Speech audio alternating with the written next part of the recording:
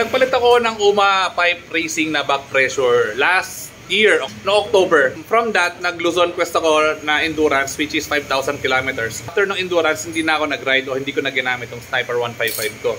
So tingnan natin kung ano magiging reading ng spark plug natin gamit yung UMA Racing na back pressure. Ayan, naka-UMA po tayo.